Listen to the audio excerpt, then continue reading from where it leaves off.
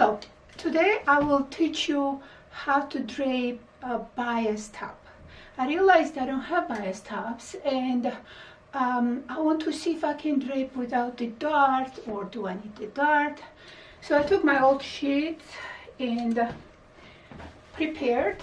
This is a bias cut in the center front. So I will start pinning from the center front right here first. I assume you know how to cut bias. I don't have to stretch, simply. So now I'm going to pat the fabric and see where do I pin at the top.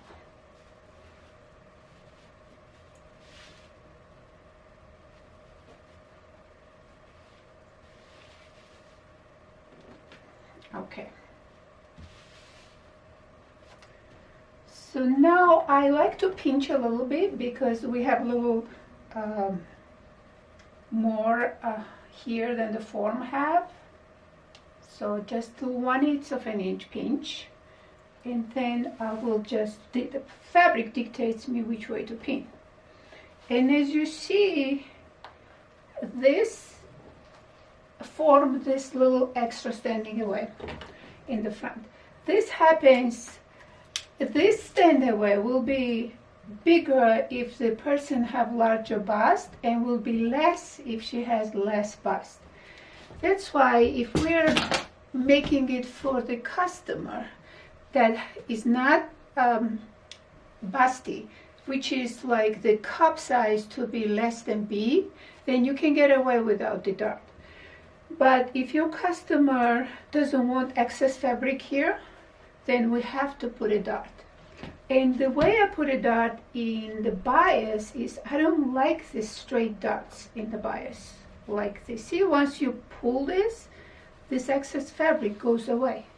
So I like to put dart on an angle, which is called French dart. So I will put a French dart, and I will avoid to make this dart too deep, because then it's pointy at the end and it doesn't look good, just enough not to stand away too much. So this is how I'm gonna put the dart. And when you pin, you need to pin perpendicular to the line, about inch away from the fold, from each other, just like this. This is a professional way of pinning.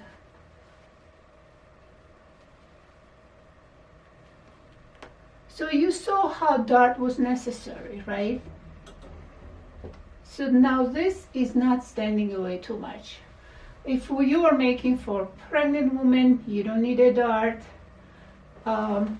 So it's up to you who's your customer. And if I'm making this for mass market, I will put a small dart.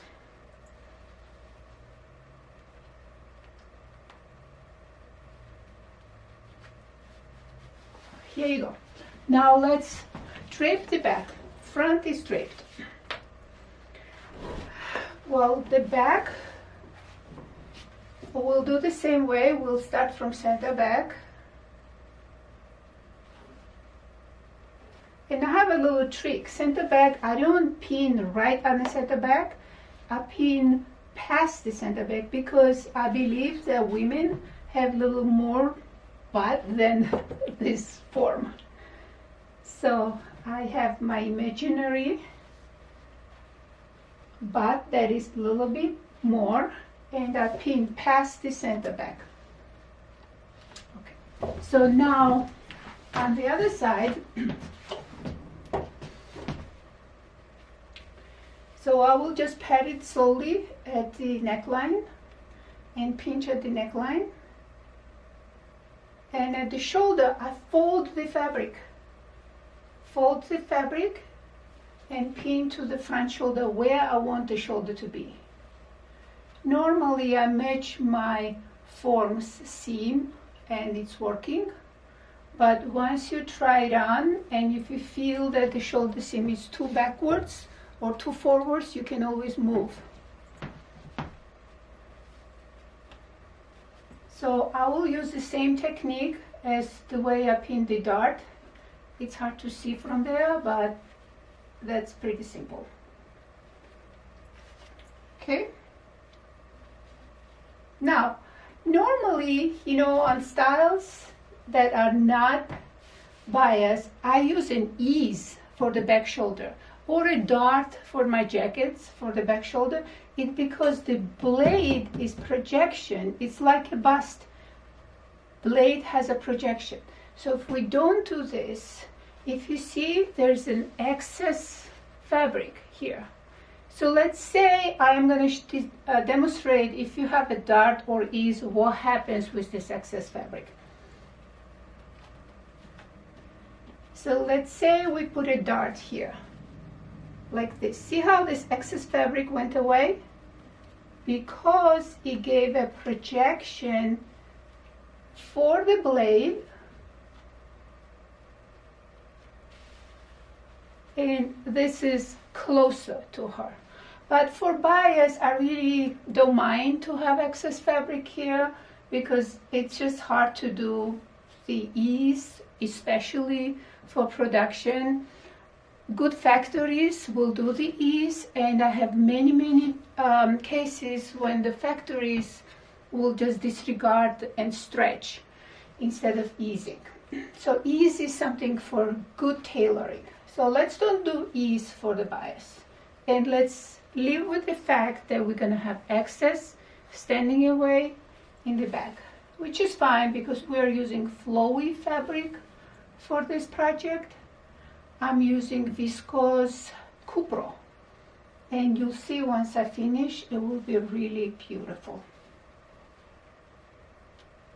Okay, here is I pinned at the shoulder, and now I'm going to pin the side seam. So as you see, side seam, it all depends which way you pin, and always have to watch the back here. So this is where I will pin the side seams. In the forms, most of the forms, the seams are a little too much towards the back. So I normally pin forward because if front is too large, it makes us larger. So my seam is right at the side, which is a little forward from my form, for my form. So let's pin the side seams.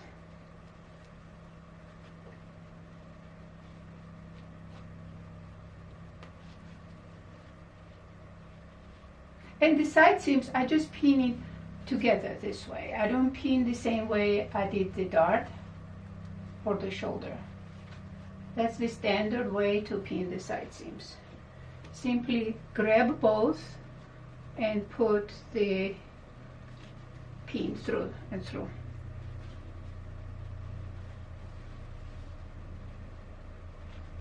Also watch the seam so that it's like a straight seam perpendicular to the floor. Because if it's not on the body, it's either going to go forward or the backwards. So all these details makes difference. So now I can take my scissors. I have in my tool bag, and I'm going to cut it here.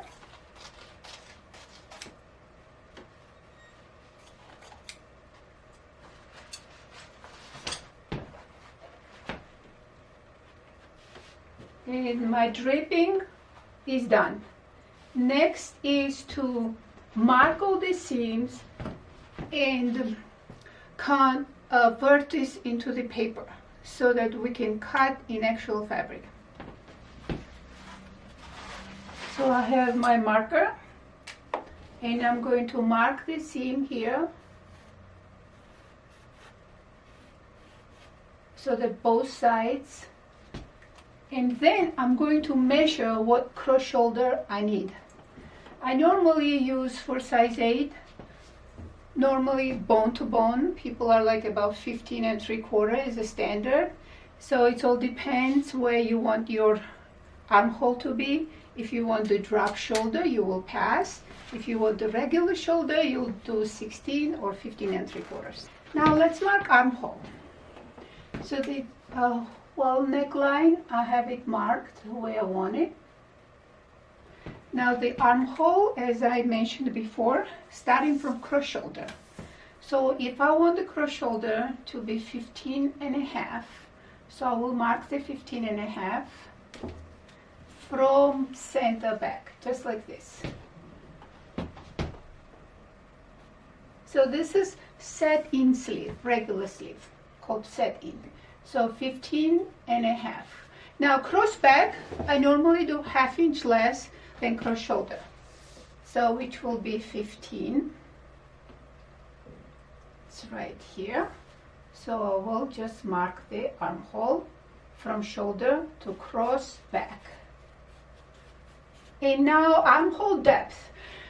This is a size medium form, so normally I use about 6.25 to 6.5 for my armhole depth, and I measure straight from high point of armhole down. Let's do 6.25. 6.25 is here, just a straight line like this. And now let's turn to cross front. Cross front, I do 2 inch to 2.25 less than a cross shoulder. So if a cross shoulder was 15.5, which is a 7.75. So if I want this to be 2 inch less, this will be 6.75. Let's see what 6.75 looks like. 6.75 is here. So let's do 6 5/8, 2.25 less. So the armhole have to be nice, continuous curve, and cross front is always less because we move our arms forward and we don't need as much fabric. Here, this is my cross front line, and now I'm going to join this to the armhole with this side.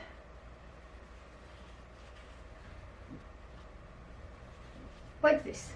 Because from the side seam, you just need about 1/2 inch straight across, and then you join this to a cross front point, and there's also armhole curve that we're going to use after we transfer this to the paper. And the same thing in the back. So this point gets joined to the across back so that you have nice shape, continuous shape armhole at the side seam. So now I can cut this and we'll show you what armhole looks like.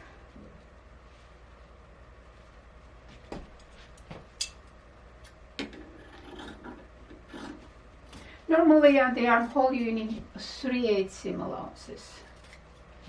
1/2 inch is a little hard to sew when you have to have a sleeve attached. But if we don't have a sleeve attached, then we can do any type of a cross shoulder. It all depends on the style and design.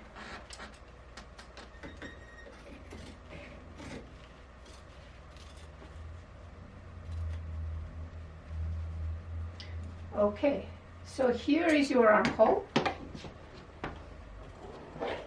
And this is our complete drape.